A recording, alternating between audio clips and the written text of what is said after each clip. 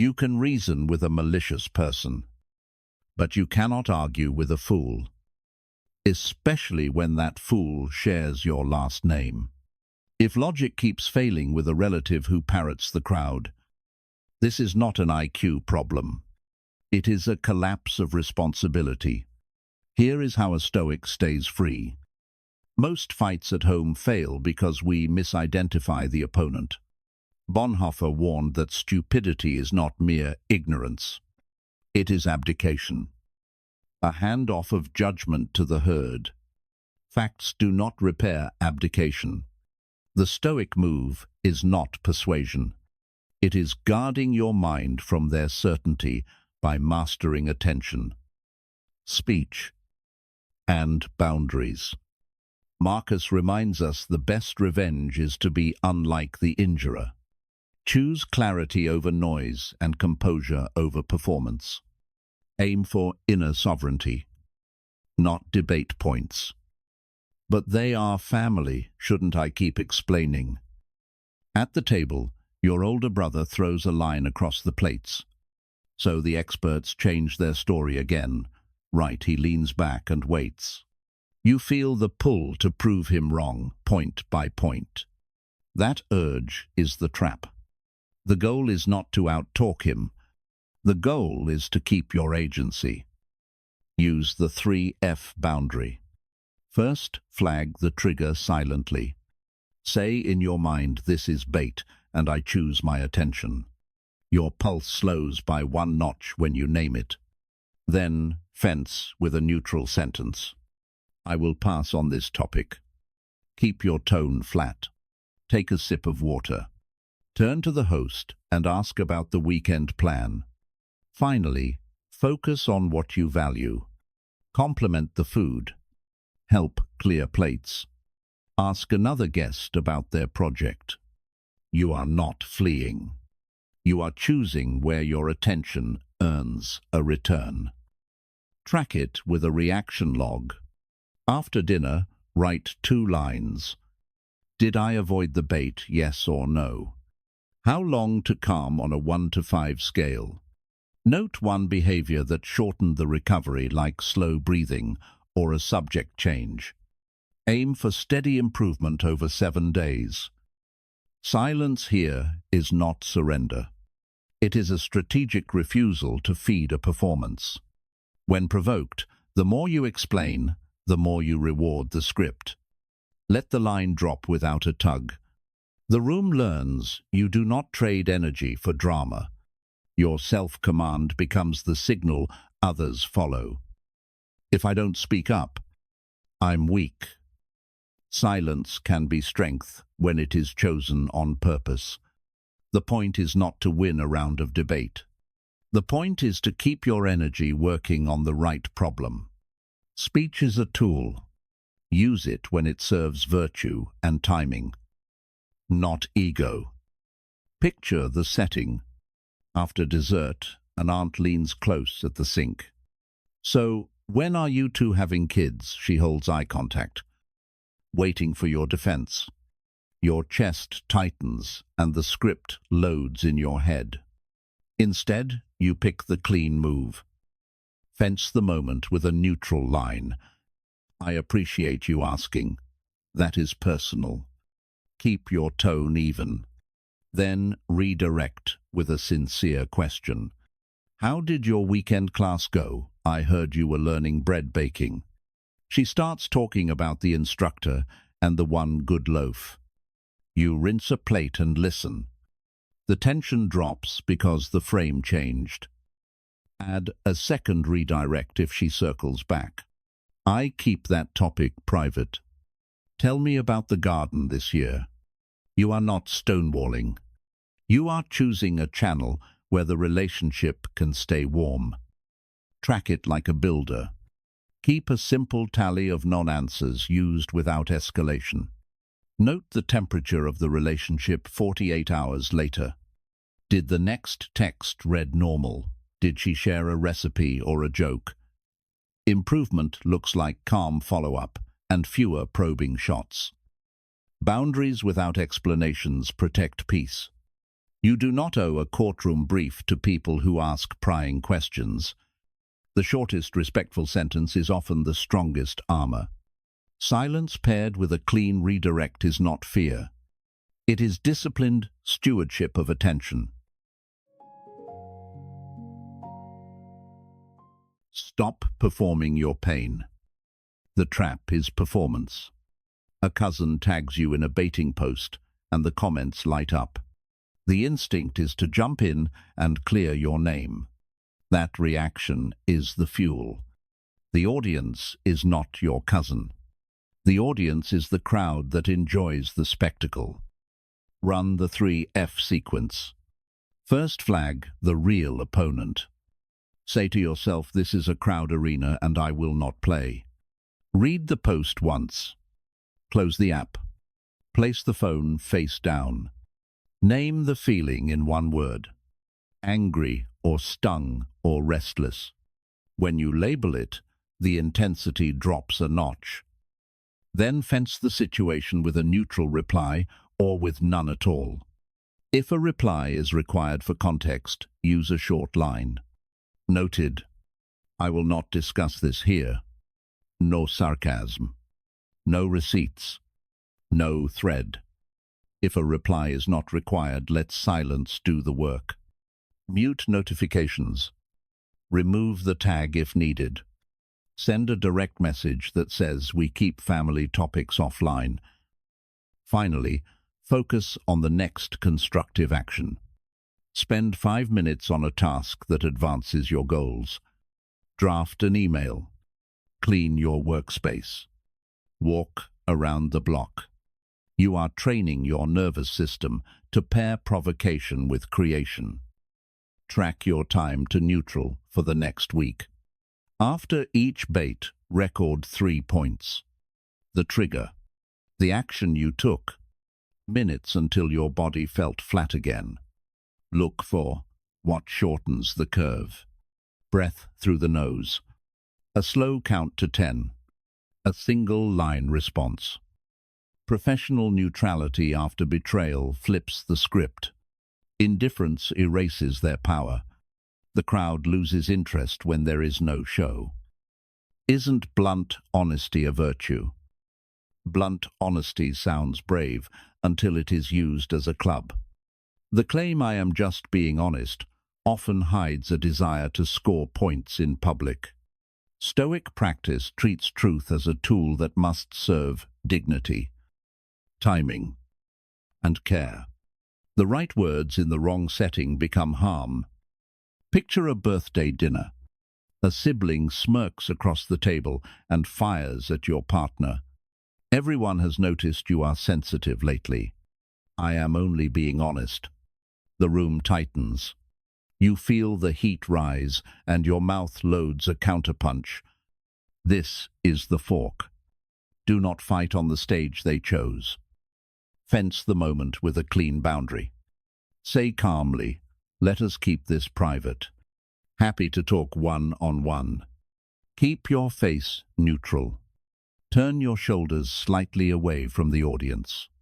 Shift the topic to the cake or the toast. If they push again, repeat once. Then disengage and return to the celebration. You are moving the conversation to a context where truth can be delivered with care instead of used as theatre. Track outcomes with a dignity scale from 1 to 5 for each person after the interaction. Score yourself and the sibling. Your target is mutual dignity, at least 4, while avoiding a public scene. If the score dips, adjust the next time by moving faster to the private channel or by declining the frame altogether. Weaponized honesty damages trust. Delivery matters as much as content. The Stoic standard is plain speech. Right person. Right time. Right place. You aim to tell the truth without creating unnecessary wounds.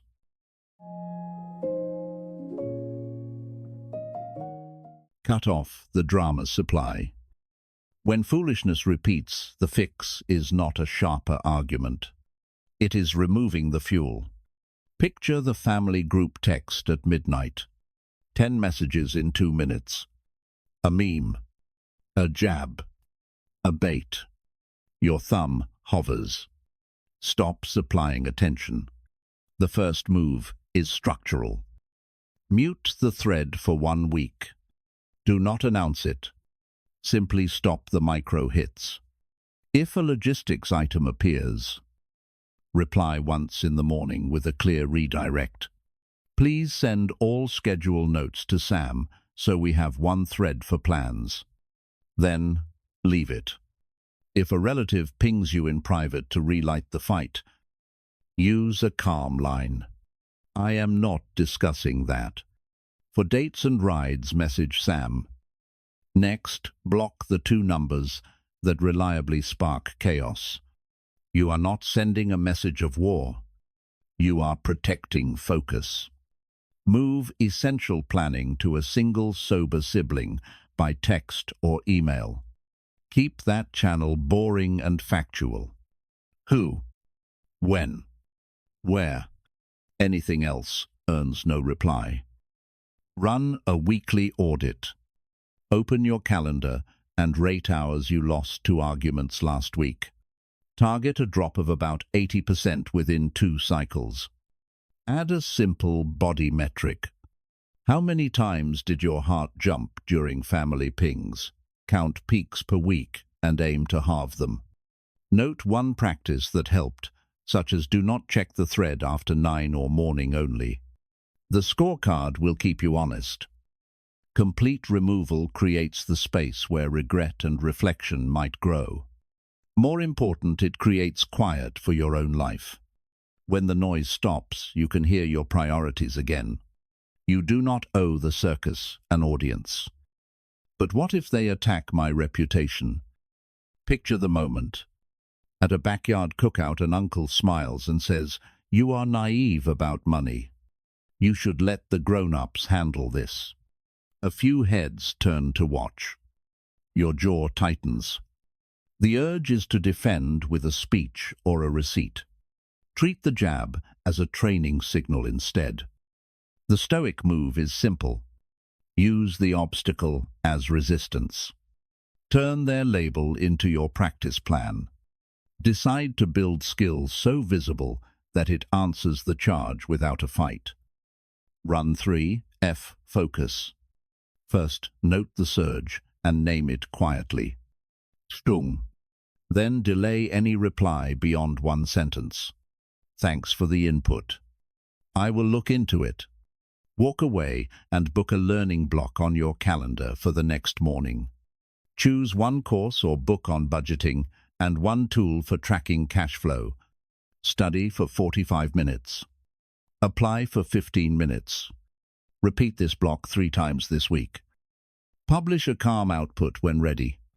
Write a short budgeting memo for the family thread. 2 pages. Simple categories. A sample plan for a trip or a holiday. Cite your sources in plain language. No victory tone. Let others borrow it. Keep building. In a month, present a cleaner version at a family planning chat if needed. Verify progress with 2 metrics. 1 concrete output, such as a guide, a certificate, or a working spreadsheet, and a confidence rating before and after on a scale of 1 to 10. Record both in a simple log. Quiet, visible success becomes the answer they cannot argue with. You move from defending a name to demonstrating a skill. Control speech under heat, micro drill. In the kitchen, a pot clangs and a remark lands hard. You feel heat climb your neck and a sentence forms that would scorch the room. This is the danger window. Your job is not to win. Your job is to prevent damage you cannot repair. Flag the surge. Say in your head, heat rising. Name the feeling and place your palm on the counter. Breathe in through the nose for 4. Hold for 2. Out for 6. You are buying space. Fence the moment with 1 line. I will continue after a break. Step outside to the porch or a hallway for 60 seconds. Walk 10 slow steps. Roll your shoulders. Keep your jaw loose. When the timer ends, return with a boundary and a clear ask. I want to solve the chore schedule. No insults. 10 minutes. If the other person keeps swinging, repeat the line once and exit the scene. Focus on outcome over points. The target is a functional relationship tomorrow, not applause tonight. Choose one next step that moves life forward. Load the dishwasher. Write a short plan for the weekend tasks. Send a simpler confirmation text. Track your porch count for the week. Each time you choose a break instead of a nuclear line, mark a tally in your notes. Aim for at least 3 successful interrupts. Add a second metric. After each break, rate your clarity before and after on a 1 to 10 scale. Look for the behaviors that raise the after score. First, learn the meaning of what you say. Then, speak. The pause protects what you value most. Reclaim sovereignty of attention. Attention is a budget. Spend it well, and life compounds. Waste it on critics, and your days dissolve. The goal is to exit the approval economy and stop letting other people audit your choices. Picture a cousin who keeps grading your career pivot. At a barbecue, he says, "I still do not see how this path makes sense." Your calm reply is, "Thanks for your perspective." Then you turn to the grill and ask the host if they need a hand. You move on because your workday already holds the real conversation. Use focus from the 3F play. Decide in advance what earns attention today. Block 90 minutes for creation and treat it like a meeting with a client. Shield that block from phone checks and family chatter. When a critic appears, redirect your eyes and hands to the next meaningful action. Draft a page. Ship a proposal. Practice your presentation. The rule is simple. Build before you explain. Run an attention ledger for 7 days. Each evening, write 2 numbers. Minutes spent building.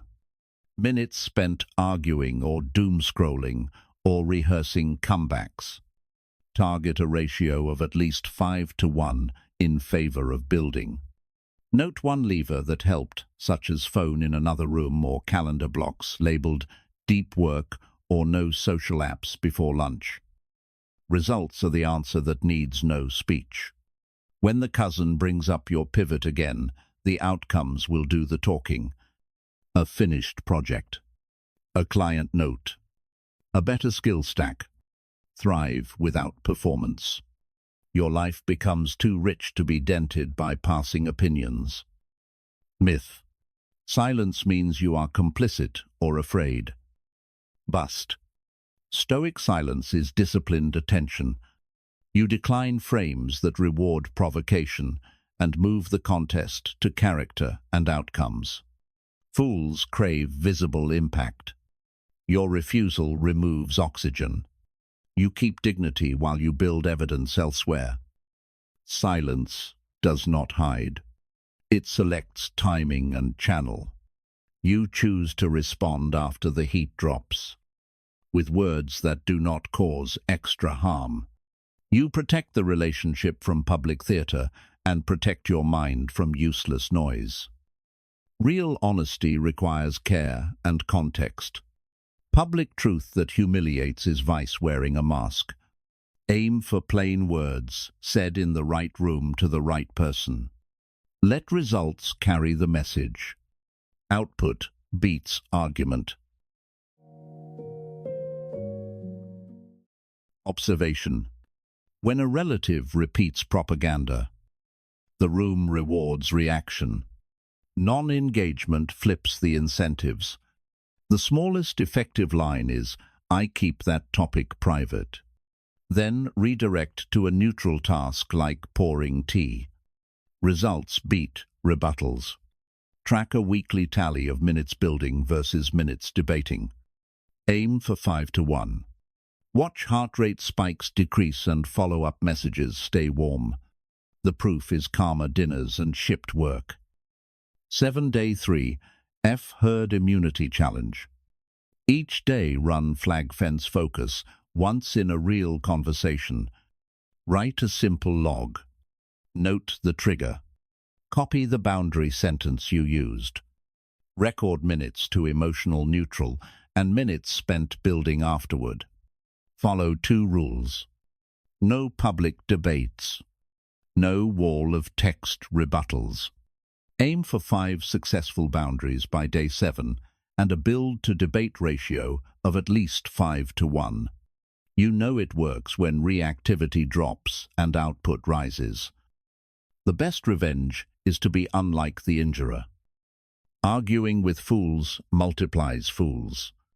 Guard your judgment. Speak with care.